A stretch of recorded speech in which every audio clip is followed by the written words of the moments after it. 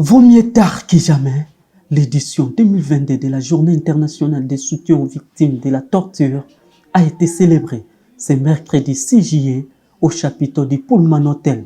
Des grandes activités ont été organisées pour l'occasion, notamment une table ronde.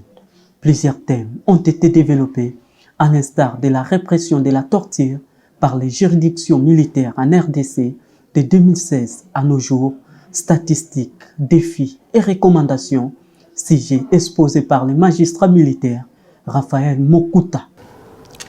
Ici, il y a de signaler que tous les rapports annuels des auditorat supérieurs installés sur toute l'étendue de la République démocratique du Congo, tels que présentés à l'auditeur général des forces armées de la République démocratique du Congo, font état, n'est-ce pas, de quelques cas de torture enregistrés pendant la période allant de 2016 à nos jours.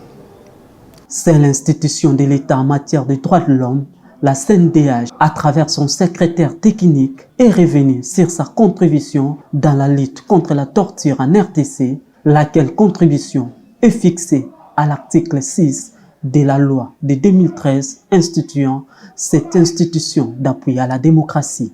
Ali Dungapna, représentant de la directrice adjointe du Bureau conjoint des Nations Unies aux droits de l'homme, a rappelé les mécanismes internationaux et régionaux de lutte contre la torture. La prohibition de la torture et autres traitements cruels, inhumains et dégradants s'inscrit d'abord dans la Déclaration universelle des droits de l'homme, qui est reprise par l'ensemble des textes internationaux relatifs aux droits de l'homme, l'ensemble des textes fondamentaux auxquels on fait généralement référence en matière des droits de l'homme.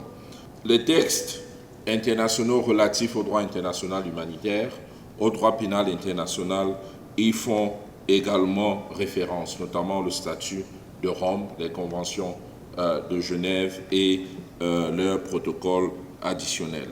Les organisations de la société civile des droits de l'homme présentes à cette activité ont plaidé pour la mise en œuvre des observations finales du comité contre la torture faites à la RDC. Les observations finales du comité de la torture qui ont été prises à la suite de l'examen périodique de la RDC devant le comité des droits de l'homme en avril 2019.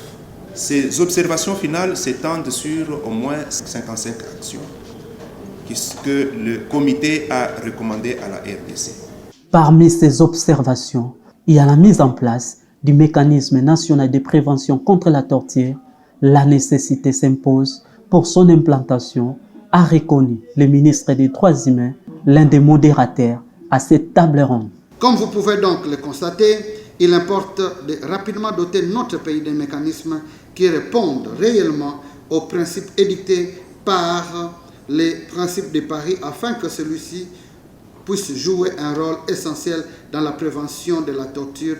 Cette activité a été organisée conjointement par le Bureau conjoint des Nations Unies aux droits de l'homme et le ministère des Droits humains.